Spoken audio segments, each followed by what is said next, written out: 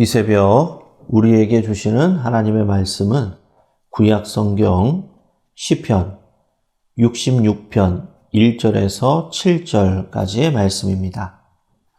제가 보는 성경으로 구약 847쪽입니다. 하나님의 말씀을 제가 봉독하겠습니다. 온 땅이여 하나님께 즐거운 소리를 낼지어다. 그의 이름의 영광을 찬양하고 영화롭게 찬송할지어다.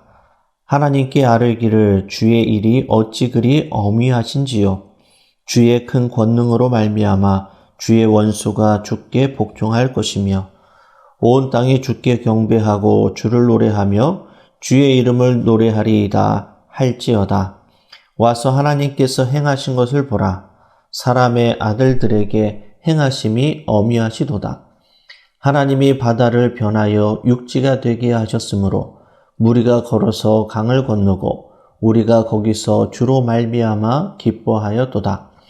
그가 그의 능력으로 영원히 다스리시며 그의 눈으로 나라들을 살피시나니 거역하는 자들은 교만하지 말지어다. 아멘. 오늘 본문 말씀을 중심으로 와서 하나님께서 행하신 것을 보라 라는 제목으로 함께 말씀을 나누겠습니다. 시편 66편은 저자가 누구인지 명확하지 않습니다. 그러나 그 내용은 앞선 65편과 마찬가지로 하나님께서 행하신 일들에 대한 감사와 찬양의 내용을 담고 있습니다. 오늘 보면 1절과 2절의 말씀입니다. 온 땅이여 하나님께 즐거운 소리를 낼지어다. 그의 이름의 영광을 찬양하고 영화롭게 찬송할지어다. 아멘. 시인은 온 땅을 향해 하나님을 찬양하도록 권면하면서 이 시편을 시작합니다. 유대인들은 선민 사상으로 이방인에 대해 매우 배타적입니다. 그래서 아브라함과 이삭과 야곱의 하나님이라고 자신들의 하나님으로 제안하였습니다. 그런데 오늘 본문에서 그 하나님을 온 땅의 하나님이라고 언급하면서 모든 나라와 민족의 하나님을 찬양하라 라고 선포합니다. 하나님의 통치와 다스림, 하나님의 놀라운 구원의 은혜와 축복은 예루살렘 안에만, 이스라엘 민족에게만 머물러 있지 않습니다. 하나님의 통치와 다스림, 구원의 은혜는 예루살렘과 유대와 사마리아와 땅끝까지 이어지고 확대됩니다. 우리 안에 계신 하나님의 놀라운 은혜, 하나님의 통치의 영역은 어디까지입니까? 우리의 생각과 경험과 지식을 넘어서서 우리의 삶의 구석구석까지 하나님의 다스림과 통치, 하나님의 놀라운 은혜의 감사와 찬양이 점점점 확장해 가기를 바랍니다. 그래서 우리의 삶의 모든 영역이 하나님의 임재와 영광으로 가득하기를 간절히 바랍니다. 오늘 보면 3절과 4절의 말씀입니다. 하나님께 아뢰기를 주의 일이 어찌 그리 어미하신지요. 주의 큰 권능으로 말미암아 주의 원수가 주께 복종할 것이며 온 땅이 주께 경배하고 주를 노래하며 주의 이름을 노래하리이다 할지어다. 아멘. 시인은 온 땅에 가득한 하나님의 크신 권능과 어미를 마땅히 찬양하라 라고 선포합니다. 그런데 우리가 창조주 하나님께서 행하신 일을 망각하고 찬양하지 않으면 어떻게 될까요? 원수들을 향한 재앙이 우리에게 임하게 되고 다른 민족, 다른 사람을 들어서 다른 사람도 아니면 돌들로 하여금 하나님을 찬양하도록 하실 것입니다. 스펄절 목사님이 이런 말을 하였습니다. 천둥은 하나님의 드럼 소리요, 산에 부는 바람은 찬양의 숨결이며 파도 소리는 하나님을 환호하는 아우성이다. 그러면서 만약 우리가 하나님을 찬양하지 않고 잠잠하다면 우주에서 모든 만물 중에서 하나님을 찬양하지 않는 유일한 존재가 될 것이다 라고 말하였습니다. 온 땅의 피조세계는 하나님의 창조의 목적을 따라 하나님을 영화롭게 하기 위하여 지음을 받았습니다. 그런데 그 본래의 목적을 잃어버리고 찬양하지 않으면 그 존재의 이유가 사라지게 되는 것이죠. 우리가 마땅히 돌려야 할 찬양과 영광을 하나님께 올려드리지 않는다면 그 찬양의 거룩한 소명을, 그 소명의 촛대를 다른 곳으로 옮기시고 돌들로 하여금 하나님을 찬양하도록 하게 하실 것입니다. 이 백성은 내가 나를 위하여 지었나니 나를 찬송하게 하려 함이라 라는 이사야 43장 21절의 말씀처럼 온 땅에 가득한 하나님의 위엄과 권능을 인정하고 찬양의 본래의 소명을 충실하게 감당하는 믿음의 백성들이 다 되시기를 바랍니다. 오늘 보면 5절에서 6절의 말씀입니다. 와서 하나님께서 행하신 것을 보라. 사람의 아들들에게 행하심이 어미하시도다. 하나님이 바다를 변하여 육지가 되게 하셨으므로 무리가 걸어서 강을 건너고 우리가 거기서 주로 말미암아 기뻐하였도다. 아멘. 시인은 와서 하나님께서 행하신 것을 보라라고 자신 있게 선포합니다.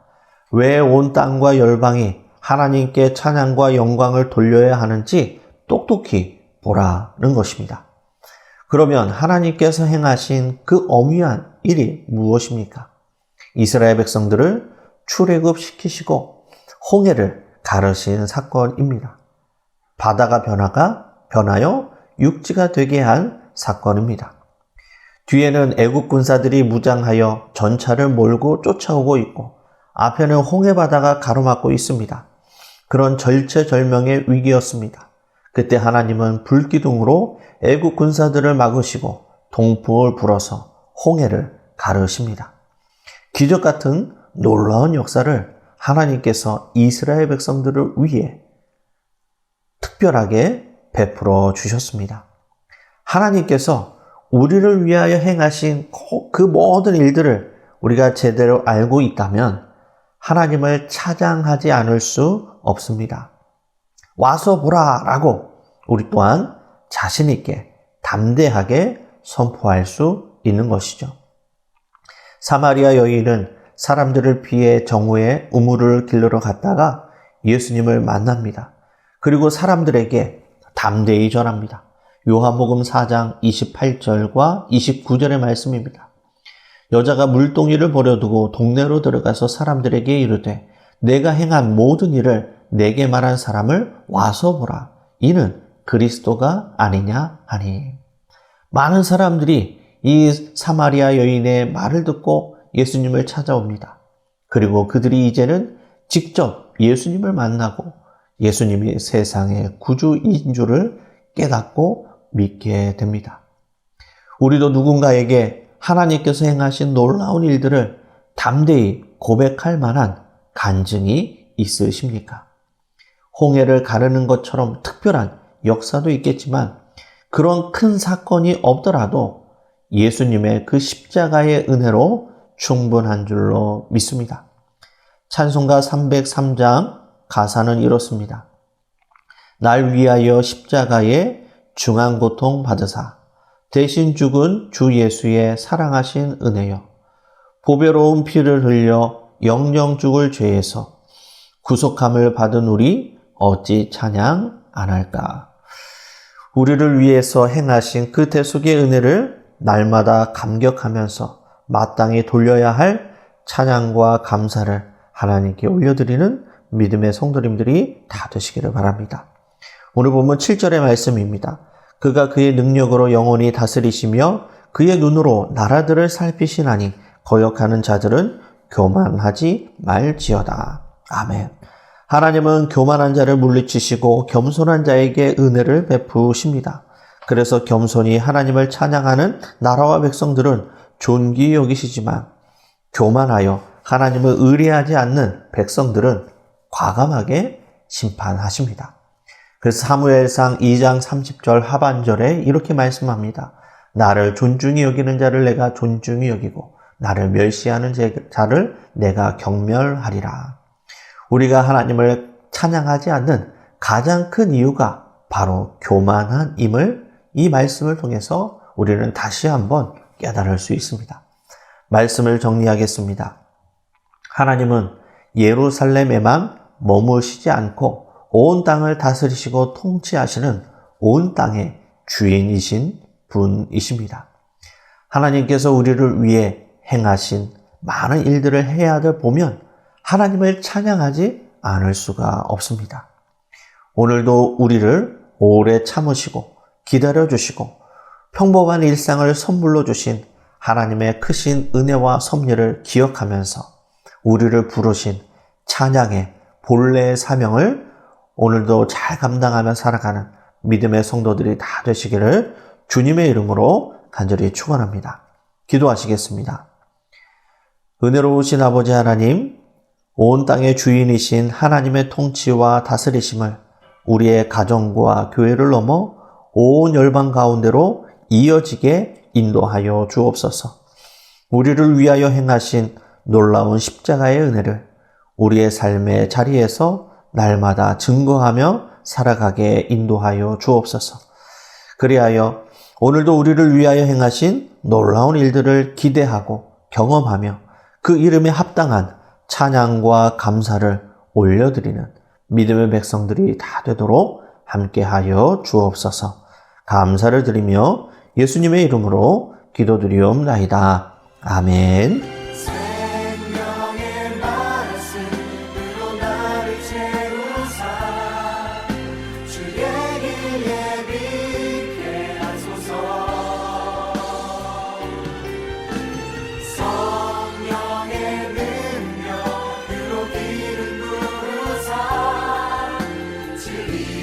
선포